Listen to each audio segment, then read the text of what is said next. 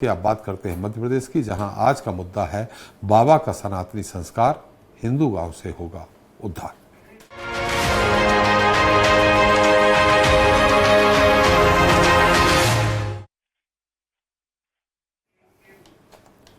तो भारत एक धर्मनिरपेक्ष देश है जहां देश का कोई धर्म नहीं है, एक ऐसा राष्ट्र जिसके संविधान ने हर धर्म को बराबरी का दर्जा दिया हुआ है। लेकिन यह भी सच है कि आजादी के 75 साल पूरे होने पर यह सवाल जोर शोर से उठ रहा है कि क्या इस देश का कलेवर बदल जाएगा। हिंदुत्ववादी राजनीति इस सवाल को और हवा दे रही है, जिसमें पंडित धीरेन्द्र शास्त्री जैसे सनातनी बाबा तड़का लगाने का काम कर रहे हैं। और इसी के तहत मध्य प्रदेश में हिंदू गांव से लेकर हिंदू राज्य और फिर हिंदू राष्ट्र का सफर शुरू हो चुका है। हालांकि इसका विरोध भी देखने को मिल रहा है। आज इस पर चर्चा करेंगे, लेकिन देख लेते हैं एक रिपोर्ट। बागेश्वर धाम की पीठाधीश्वर पंडित धीरेन्द्र कृष्ण शास्त्री ने हिंदू एकता यात्रा के बाद देश के पहले हिंदू गांव की नींव रख दी है।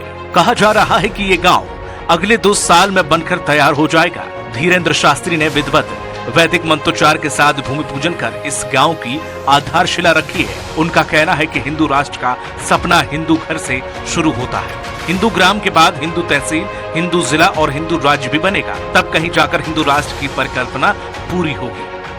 अगर भारत को हिंदू राष्ट्र बनाना है तो पहले हमें हिंदू राज्य बनाने होंगे, हिंदू राज्य बनाने के पहले हिंदू जिले बनाने होंगे, हिंदू जिले बनाने के पहले हमें हिंदू गांव बनाने होंगे। धीरेन्द्र शास्त्री के हिंदू गांव के निर्माण पर कांग्रेस भड़क उठी है। कांग्रेस प्रवक्ता अब्बास हफीज ने मुख्यमंत्री डॉक्टर मोहन यादव से मांग करते हुए कहा कि अगर देश का संविधान ऐसे धर्म के आधार पर गांव बसाने और बनाने की अनुमति देता है तो मुझे भी मुस्लिम गांव, ईसाई गांव और सिख गांव बनवाने की अनुमति दी जाए। मैंने ये कहा था कि अगर हिंदू ग्राम बनाना या किसी भी धर्म विशेष के नाम पर और उनके लिए गांव बनाना बसाना अगर ये संविधान अनुमति देता है तो फिर सबको अनुमति दे दीजिए, मुझे भी अनुमति दीजिए। एक नैरेटिव सेट करने के लिए देखिए बीजेपी ने इनको जो है एक अपना नया बहुत पैना और धारदार सांप्रदायिक हथियार बना दिया है।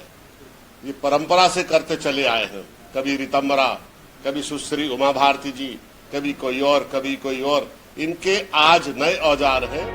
कांग्रेस की मांग पर भाजपा विधायक रामेश्वर शर्मा ने बड़ा बयान दिया है। उनका कहना है कि देश में सभी गांव हिंदू गांव ही हैं। उन्होंने कहा कि कांग्रेस के नापाक इरादों ने पाकिस्तान बनाया। पाकिस्तान की बात करने वाले अब देश के किसी कोने में पैदा नहीं होंगे। नहीं, कांग्रेस तो पगला गई है। हिंदुस्तान में हिंदू गांव तो सब हैं ही। हिंदू गांव तो परंपरागत है। अब पाकिस्तान की बात करने वालों को कुचल दिया जाएगा, जमीन के 10 फीट नीचे दफना दिया जाएगा, ये ध्यान रखना।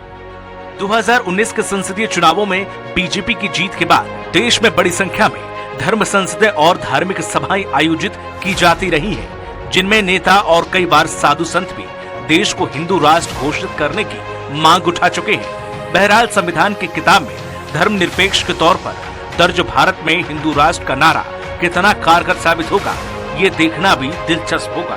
Bureau report, Swaraj express.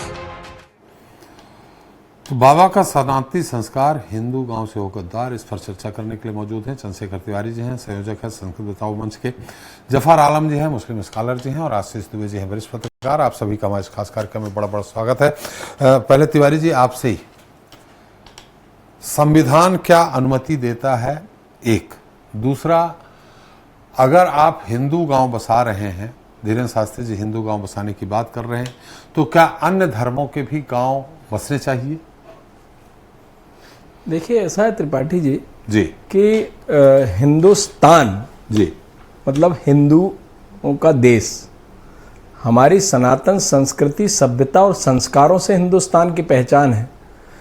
और धर्म जो है वो हिंदू है, सनातन है।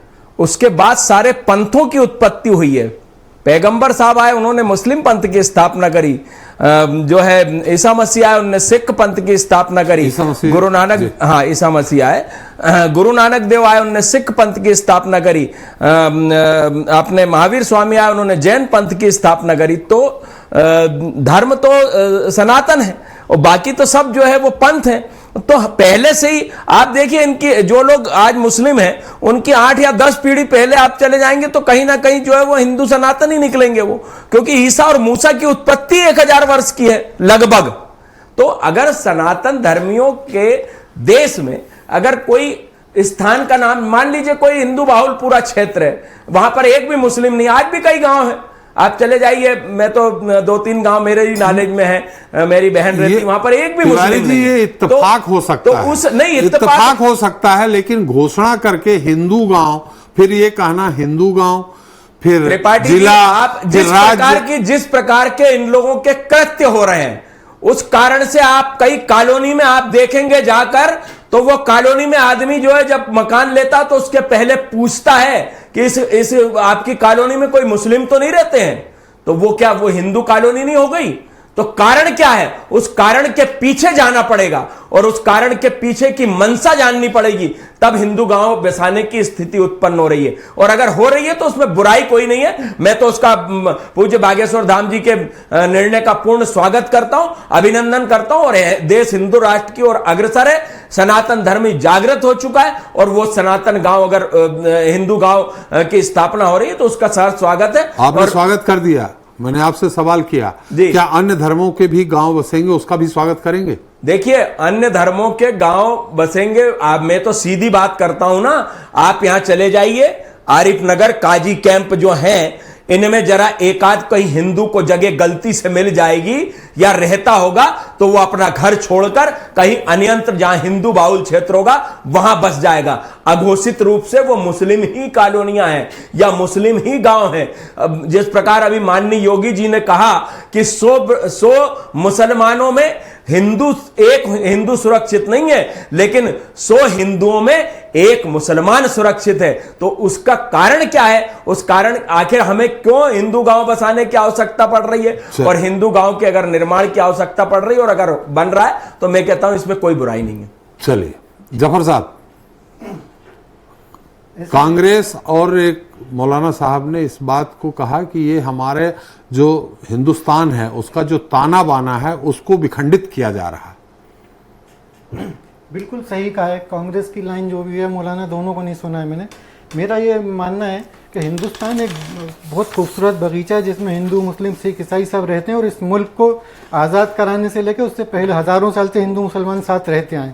भारतीय जनता पार्टी और उसके अनुवांशिक संगठन ये मिलकर ये नैरेटिव सेट करने की कोशिश कर रहे हैं सत्ता में कायम रहने के लिए, हिंदू तुष्टीकरण की राजनीति करने के लिए ये सारे खेल खेले जा रहे हैं। अगर जिस तरीके से अभी अब्बास हफीज़ आपने कटिंग दिखाई, वो कह रहे थे कि हिंदू गांव भी है तो मुसलमान गांव भी बने, सिख गांव भी बने, तो फिर बड़े का है। मेरा ये मानना है कि संविधान इसकी इजाज़त देता है। अगर संविधान इसकी इजाज़त नहीं देता तो संवैधानिक संस्थाएं जो जिनको इसके खिलाफ कार्रवाई करनी चाहिए वो उन लोगों के खिलाफ क्यों नहीं कार्रवाई करती जो हिंदू राष्ट्र की बात करते हैं। एक मिनट चंद्रशेखर जी, आपने अपनी पूरी बात कही, उन्हें सुनी ध्यान से, प्लीज उनकी बात सुन लीजिए। मैं आपको फिर मौका देखा हूं, आप सारा खंडन करिए। नहीं, खंडन करिएगा ना। देखिए, अगर अच्छी बात सुनना चाहते हैं आप तो बुरी बात भी सुनिए, फिर उसका उत्तर दीजिए। नहीं, संविधान की बात कर रहा हूं, ये जो संविधान, नहीं तो हम आपको देंगे ना समय। ऐसे में जनता हमारी नहीं सुन पाएगी ना। जो दर्शक आप लोग सुनने लिए बैठे हैं वो ना आपकी बात सुन पाएंगे ना उनकी बात सुन पाएंगे। अगर संविधान इस बात की इजाजत देता है तो फिर सब लोग अपनी अपनी मांगेंगे। और जिस तरीके से अभी पिछले कुछ दिनों से माहौल चल रहा है उत्तराखंड के अंदर के मुसलमानों को नौकरी से निकाल दो, मुसलमानों को किराए पे मकान मत दो, किराए मुसलमानों से व्यापार, उत्तराखंड में कई जगह आपको सोशल मीडिया पे दिखेगा कि जो अपनी बाकायदा सोशल मीडिया आप सही मानते हैं क्या? बिल्कुल सही मानता हूँ, क्योंकि वो विद वीडियोज हैं, ऐलान हो रहे हैं, पंचायत हो रही है और पंचायत के अंदर ऐलान हो रहे हैं कि आपके पास जो नौकरी करता है उसे निकाल दीजिए, मकान देंगे तो हम आपका बहिष्कार कर देंगे। सारी चीजें चल रही हैं उत्तराखंड के अंदर। अभी ये फेक वीडियो तो ये हो सकती है नहीं, पंचायत का वीडियो, और वो लोग अपनी पहचान बता रहे हैं कौन लोग हैं, वो गांव का नाम है, सब कुछ है। तो अगर ये सब चल रहा है हिंदुस्तान में और संवैधानिक जब से एआई आया ना तब से इस तरह के बहुत ये एआई तो अभी आ गया, 1 महीना 1.5 महीना हुआ है। उससे पहले ट्रायल से हुए, उसके 6 महीने हुए, उससे पहले की बातें कर रहा हूँ मैं। और एआई की बातों पर तो मैं यकीन भी नहीं करता जी। तो जो माहौल बनाया जा रहा है उसके अंदर आगे चल के ये भी हो सकता है कि फिर आपको सब कुछ बहिष्कार करना है, और जो हालात बन रहे हैं वो बिल्कुल वही वाले हालात बन रहे हैं जो पार्टीशन के टाइम थे जी। जो भी सरकारें हैं, जो भी संवैधानिक संस्थाएं हैं, जो कोर्ट हैं, जो भी न्यायपालिका, उन सबको इन चीज़ों पे ध्यान देके इन चीज़ों को जहां है वहीं ख़त्म करने की कोशिश करना चाहिए। अगर भारत को एक रहना है, भारत को विश्व गुरु बनना है, भारत को दुनिया में अपना नाम करना है, जैसे अपनी कल्चर, भारतीय कल्चर सिर्फ यही नहीं है कि हिंदू कल्चर है, भारत का मिला जुला कल्चर है। हिंदुस्तान के अंदर ताजमहल की पहचान है भारत की। जी। तो अपन को साथ मिलके सबको साथ लेके चलना है, सबको साथ लेके चलेंगे तो आगे बढ़ेंगे, नहीं तो आपस में ही हम 200 300 500 साल पीछे जाते आते खुद 5000 साल पीछे हो जाएंगे और दुनिया कहीं होगी और हम कहीं किसी गड्ढे में पड़े हुए होंगे। जी चंद्रशेखर जी, आशीष जी की टिप्पणी ले लूं, फिर आप अपना उत्तर दे दीजिएगा। जी आशीष जी। देखिए, ये जो पूरा चीज़ें हैं, ये इसको इस कसौटी पे कसा जा सकता है कि कहीं ना कहीं वो जो ये जो पूरा मामला है कि इस तरह से एक विशेष गांव बसा दिया जाए या इस तरह का शहर जिला बना दिया जाए, तो कहीं ये जो संवैधानिकता के सिद्धांतों का उल्लंघन तो नहीं करता, एक बात, और दूसरी बात, इससे धर्मनिरपेक्षता को कोई चोट तो नहीं पहुंचती जो इसकी मूल भावना है हमारे देश की, जिस तरह से शासन प्रशासन चलता है। और अगर ऐसा है तो इस पर कोई कानून या नियम बना दिया जाए, तो इस तरह की बहस की संभावना उसमें खत्म होंगी। लेकिन सवाल ये है कि जब इस तरह की चीज़ें बनेंगी तो निश्चित तौर पर इस पर विखंडन का खतरा बनेगा। एक वर्ग अगर बहुत महत्वपूर्ण है और बहुत मजबूत है तो इसका मतलब ये है कि फिर दूसरे वर्ग जो है ज़्यादा हो सकता है अपने को असुरक्षित महसूस करें या ज़्यादा कोई प्रतिक्रिया व्यक्त करें। तो स्थिति ये है कि जो ताना बाना है जो देश का, वो इस तरह का नहीं है कि लोगों को एक दूसरे के साथ रहने की आदत नहीं है। ये है आदत, और बरसों से है, सैकड़ों सालों से आदतें हैं कि लोग एक दूसरे के साथ रह रहे हैं। सारे धर्म एक दूसरे के साथ रहने के अभ्यस्त भी हैं। कुछ विशेष परिस्थितियों को अगर छोड़ दिया जाए तो ये सब तरफ है। और जहाँ किसी विशेष घटना दुर्घटना के कारण अगर किसी वर्ग का बायकाट होता है तो वो जाहिर है और वो सहज प्रतिक्रिया है, वो ठीक है, लेकिन सबको उसमें शामिल नहीं किया जा सकता, ना इधर से ना उधर से। दोनों जगह की बातें हैं और दोनों जगह इस तरह की चीज़ें हैं। तो सवाल इस बात का नहीं है कि एक गांव या एक जिला बनाने की बात एक आदमी कर रहा है, ये एक किस्म का ट्रेंड है। आशीष जी, मैं थोड़ा आपको इसलिए रोक रहा हूँ कि हमें उसी छतरपुर जिले से ही राजनगर से हमारे अरविंद पटेरिया जी हैं, विधायक हैं भारतीय जनता पार्टी के, उनका क्या सोचना है। अरविंद जी, मेरी आवाज आ रही है आपको? अरविंद जी, धीरेन्द्र शास्त्री जी ने कहा है बागेश्वर धाम में हिंदू गांव बसाने की, और 2 साल में वो तैयार हो जाएगा। क्या आप स्वागत करते हैं? और अगर स्वागत करते हैं तो हिंदुस्तान धर्मनिरपेक्ष राष्ट्र है, ऐसी स्थिति में अल्पसंख्यक कहां जाए? अरविंद जी जी सुन पा रहे हैं? जी जी। जो गुरुजी ने बात की है और जो उन्होंने शुरुआत की है, उनका ये मानना है कि चूंकि वास्तव में जो बागेश्वर धाम है, आज देख रहे होंगे आप, जो जिस प्रकार से देश विदेश में जो ख्याति प्राप्त हुई है और जो आदरणीय गुरुजी धीरेन्द्र शास्त्री जी के द्वारा जो है पहल की गई है, उनका ऐसा मानना है कि हम हिंदू राष्ट्र की ओर तब बढ़ पाएंगे। उनका मानना पटेरिया जी नहीं पूछ रहा हूं मैं, आपका मानना पूछ रहा हूं। आप स्वागत करते हैं हिंदू गांव की कि नहीं? हाँ, मैं इसलिए स्वागत करता हूं उनके इस कदम का, क्योंकि वास्तव में जिस प्रकार से वो हिंदू राष्ट्र को लेकर के जो काम कर रहे हैं, और हिंदू समाज वो इसलिए नहीं कि और समाजों को अपने हिंदुस्तान से भगा देंगे या कुछ भी और कर देंगे या उस गांव से भगा देंगे। उस गांव में भी रहने वाले लोग हैं और समाजों के हैं, मुस्लिम भी लोग रहते हैं और भी रहते हैं। लेकिन हाँ, एक एरिया जहां पर चूंकि बागेश्वर धाम सरकार का जो मंदिर है उसके पास प्रांगण है, जिसमें वो एक हिंदू ग्राम के रूप में एक कॉलोनी डेवलप कर रहे हैं। उसमें लगभग 1000 मकान बनने वाले हैं। ये जानकारी है हमको, ये जानकारी है हमको, लेकिन ये बताना कि हिंदू गांव बसाएंगे। हाँ, तो मैं उस चीज का समर्थन करता हूँ, इसमें कोई बुराई भी नहीं मानता हूँ मैं, इसलिए क्योंकि वो चलिए, आप बुराई नहीं मानते। हमारे साथ निधि चतुर्वेदी जी हैं, कांग्रेस प्रदेश महासचिव हैं, छतरपुर से ही हैं। निधि जी, आप क्या मानती हैं इसको? नमस्कार त्रिपाठी जी। जी नमस्कार। देखिए, धीरेन्द्र शास्त्री जी बोलिए। आपको मेरी आवाज आ रही है? हाँ, आ रही, सबको सुनाई पड़ रही जी। धीरेन्द्र शास्त्री जी कई तरह के सामाजिक कार्यों में सामाजिक कार्य करते हैं, जैसे कि लड़कियों की जो कन्याएं हैं गरीब परिवार से उनकी शादी कराना, या जैसे अभी वो एक कैंसर अस्पताल का निर्माण निधि जी, मैं ये सवाल कर रहा हूँ, काम है, मैं अपनी पॉइंट पर ही आ रही हूँ, ये सारी सराहनीय काम है। इसी तरह से अगर वो कोई एक गांव बसाकर उसको अपना संरक्षण देना चाहते हैं सामाजिक तौर पे, तो बहुत अच्छी बात है। लेकिन अगर ये गांव इसको विशुद्ध हिंदुओं के लिए बसाया गांव अगर बोला जाएगा तो ये ना तो संवैधानिक तौर पे सही है और ना ही सामाजिक तौर पे, ना ही धर्म के तौर पे। जी टेक्निकली भी अगर देखा जाए तो हिंदू कौन है? हिंदू शब्द आया था हिंदू कुश की इस तरफ रहने वाले लोग हिंदू, और जो हिंदुस्तान में रहते हैं, ये टर्म वहां से आई है जो कि पर्शियन टर्म है। तो हिंदुस्तान तो सभी का है और इसमें हिंदू भी रहते हैं। हम सनातनी हैं, हम हिंदू हैं, हम सनातनी हैं, इसमें मुसलमान भी रहते हैं। तो जो हिंदू का मतलब है कि सारे इसमें हर निधि जी आप स्पष्ट ये नहीं बता पा रही हैं। निधि जी, हम आपसे स्पष्ट ये जानना चाह रहे हैं कि उन्होंने जो घोषणा की है हिंदू ग्राम बनाने की, उन्होंने ये भी कहा हिंदू ग्राम, हिंदू जिला, हिंदू राज्य और उसके बाद हिंदू राष्ट्र। तो ऐसी स्थिति में घोषित करके हिंदू गांव बसाना, ये संवैधानिक रूप से आप सही मानती है, गलत मानती है? पहली बात तो बिल्कुल सही नहीं है संवैधानिक तौर पे जी। और दूसरी बात कि धीरेन्द्र शास्त्री जी बहुतों के पूजनीय हैं, बहुत लोग उनकी इज्जत करते हैं, आदर करते हैं, लेकिन वो हिंदू राष्ट्र बनाने या हिंदू गांव या हिंदू राज्य बनाने के ठेकेदार कब से बन गए? जी, बहुत सही। वो कैसे ये घोषणा कर सकते हैं? वो होते ही कौन है इस तरीके की घोषणा करने वाले के वो हिंदू राष्ट्र बनाएंगे? ये विशुद्ध तरीके से ये और कुछ नहीं कर रहे हैं, ये सांप्रदायिक ध्रुवीकरण कर रहे हैं, जिसके लिए इनके ऊपर कानूनी कार्रवाई होनी चाहिए। और दूसरी तरफ हम अगर कुछ बोलना है तो हमारे हिंदू धर्म में, हमारे सनातनियों में हमारे 4 शंकराचार्य हैं जी, वो कुछ बोले तो मैं मानूंगी। जी चलिए पटेरिया जी बहुत संक्षेप में।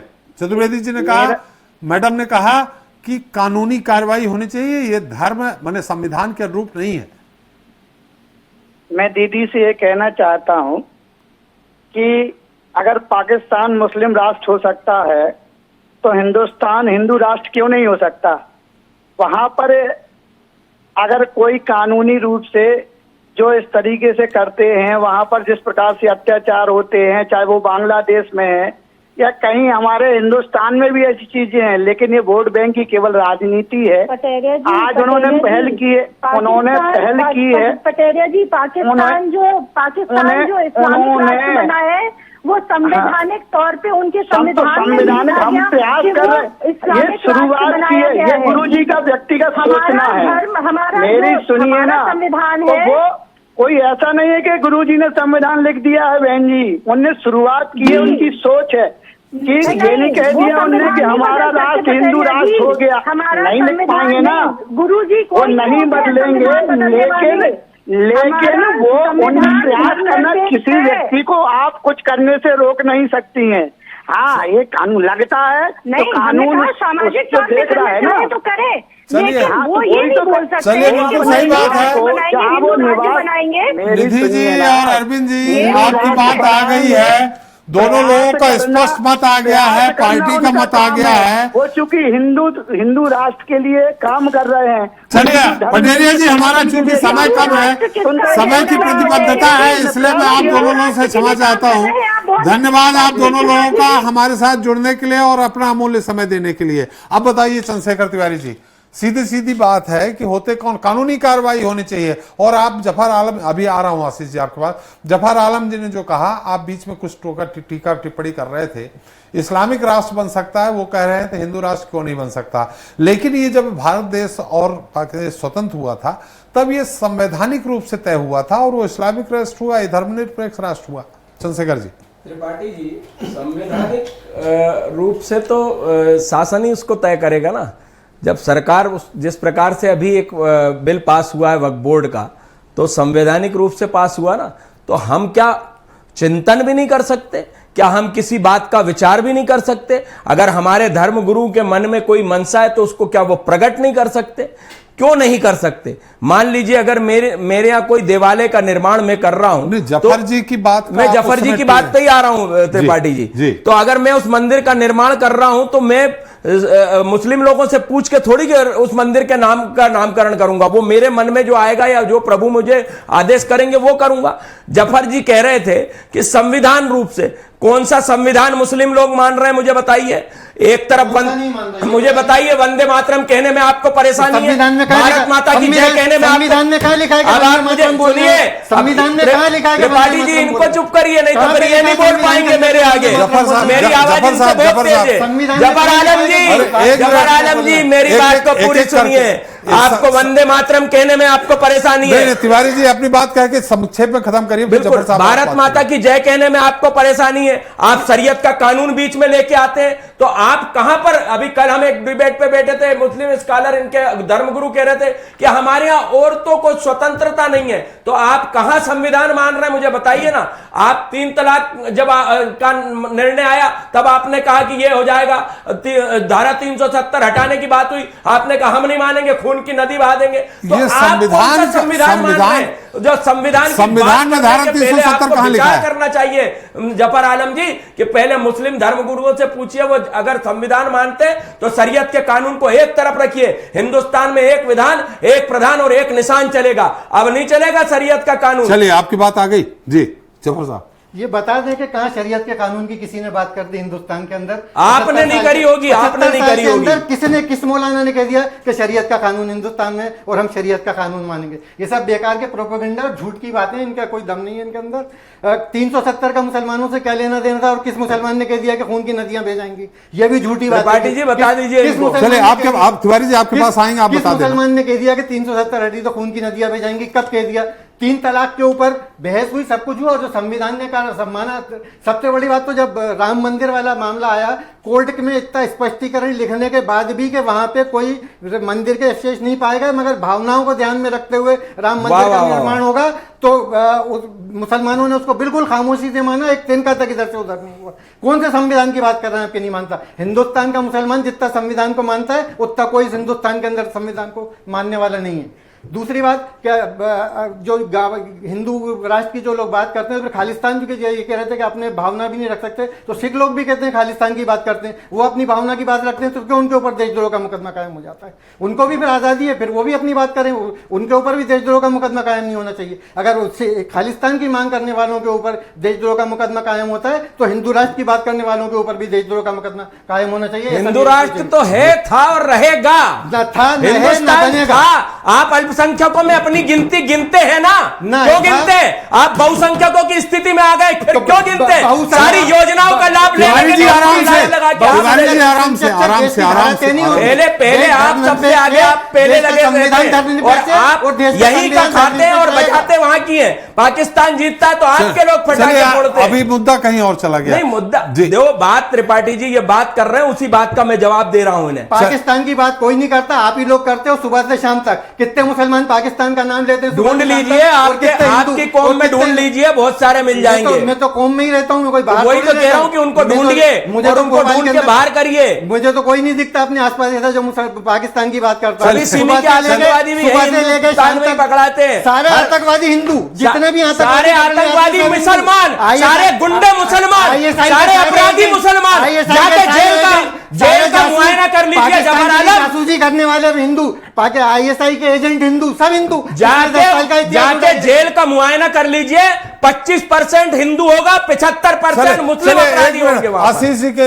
समय पे मैंने अतिक्रमण कर लिया था, उस समय बीजेपी और कांग्रेस के लोग जुड़ गए थे। आशीष जी माफ करिएगा, अपनी टिप्पणी आप पूरी नहीं कर पाए जी। देखिए, बात वही जो आई है, जो बात सीधी होती है कि अगर हमें हिंदू राष्ट्र बनाना है तो उसका प्रावधान करके उसको उसके अकॉर्डिंगली चलें, जैसे पाकिस्तान चल रहा है। तो इसमें कोई दुविधा और कोई चीजें उससे खत्म हो जाएंगी। दूसरी बात यह है कि जब हमारी मूल संरचना या जो हमारी मूल भावना जिस तरह की है, तब जब तक है तब तक तो करेंगे, वो उसी तरह से चलाना पड़ेगा। प्रशासन को तो उसी तरह से एक्शन लेने होंगे। तो ये दुविधा से दूर होना चाहिए। कोई चीज़ इधर या उधर की चीज़ें होती नहीं है, पहली। दूसरी बात यह है कि इस सब चीज़ों की इसलिए भी ज़रूरत नहीं है कि जैसा मैंने पहले भी कहा कि लोगों को एक दूसरे के साथ रहने की आदत है, कुछ अधिक मामलों को छोड़ के। तो जो मूल संरचना है जिसको लेकर के भारत को विश्व गुरु या इस तरह की उपाधि दी जाती है, फिर उससे वो भावना खत्म होती है। एक दूसरी बात एक ये भी आती है कि जब ये बात होती है कि हम ऐसा करेंगे तो फिर ये आरोप लगते हैं कि संविधान को बदलना चाहते हैं। तो ये बहुत सारी चीज़ें इसमें एक साथ गड़बड़ होती है। लेकिन अगर हम एक स्पेसिफिक इसकी बात करें तो इस तरह की चीज़ें कई बार हुई हैं और कई आध्यात्मिक गुरुओं ने इस तरह अलग अलग लाइनें ली हैं, लेकिन कई लोगों का हश्र भी बहुत एक अच्छा नहीं हुआ, वो स्थिति उनकी डामाडोल भी हुई है। ये भी उदाहरण है और यहीं पे उदाहरण है सारे के सारे देश में। तो आध्यात्मिक पूंजीवाद से बचते हुए यदि कोई नया रास्ता इस तरह के संत गुरु महात्मा दिखाएं तो ज़्यादा बेहतर है। वरना हमने देखा है लोगों ने योग को भी बेचा है, लोगों ने आयुर्वेद को भी बेचा है और उसकी ब्रांडिंग की और बहुत सारी चीज़ों में विवाद हुए। लेकिन ये बात तो उठेगी ना आशीष जी, अगर हिंदू गांव बन रहा तो जैसे अब्बास हमीद जी और मौलाना साहबुद्दीन बरेली की उन्होंने कहा कि मुस्लिम गाँव भी बसना चाहिए, तो ये तो फिर बात तो नई चलन शुरू हो जाएगा ना और नई तरह की परिस्थितियां पैदा होने लगेंगी। तो अगर संविधान अगर इसकी इजाजत नहीं देता तो वो चीजें मुझे नहीं लगता कि बहुत तर्कसंगत होंगी या हर आदमी उसको स्वीकार कर लेगा। चलिए तिवारी जी, चलते चलते एक बड़ा संक्षेप में उत्तर चाहेंगे। अगर हिंदू गांव बनता है, अगर इस तरह की मांग उठती है कि क्रिश्चियन गांव बने, सिख गांव बने, मुस्लिम गांव बने, तो इसके लिए आप स्वागत करेंगे या इसका विरोध करेंगे? देखिए, मैं तो स्वागत करूंगा। अगर ईसाई गांव भी बनता तो टोटल ईसाई एक तरफ रहेंगे ना, कोई दिक्कत नहीं, किसी प्रकार की कोई परेशानी नहीं। वैसे भी सांप्रदायिक सौहार्द की उम्मीद तो हर व्यक्ति करता है, लेकिन सांप्रदायिक सौहार्द निभाने के टाइम जब आता है तो हनुमान जयंती और रामनवमी और शिवरात्रि की शोभा यात्राओं पे पत्थर भी वहीं से फेंकते हैं। मुहर्रम के जुलूस पर कभी हिंदुस्तान में पत्थर नहीं फेंकते। इसलिए अगर कोई हिंदू गांव बना रहा है तो उसका हम सहर्ष स्वागत करते हैं। चलिए, हमारा समय समाप्त हो गया। बहस तो बहुत लंबी होनी चाहिए क्योंकि मुद्दा ऐसा है। बहुत बहुत धन्यवाद जफर साहब आपका, तिवारी जी आपका, आशीष जी आपका हमारे साथ चर्चा में शरीक होने के लिए और अपना समय देने के लिए। तो भारत को हिंदू राष्ट्र बनाने का दावा करने वाले अभी चंद लोग ही हैं। दूसरी तरफ समाज का एक बड़ा हिस्सा उसे या तो स्वीकार करता दिखता है या फिर खामोश है। कुछ लोगों का यह भी मानना है कि धर्म आधारित राजनीति ने भारतीय समाज को विभाजित कर दिया है, जिससे कट्टरता तेजी से पनप रही है। वैसे भारत में हिंदुओं और मुसलमानों के बीच एक दरार आज़ादी से पहले भी रही है, लेकिन यह भी सच है कि आज़ादी की लड़ाई दोनों ने साथ मिलकर लड़ी, पर हालिया बयानों से दोनों समुदायों के बीच की दरार पहले से अधिक गहरी होती दिखाई दे रही है। अब सवाल यही है कि क्या सच में इस दरार को बढ़ाने के लिए हिंदू राष्ट्र वाले बयान दिए जा रहे हैं या फिर वाकई इस देश को हिंदू राष्ट्र बनाया जाएगा? अगर ऐसा है तो फिर ये सवाल भी उठता है कि हिंदू राष्ट्र में रहने वाले अल्पसंख्यकों को कौन सा दर्जा दिया जाएगा। आज के लिए इतना ही। नमस्कार।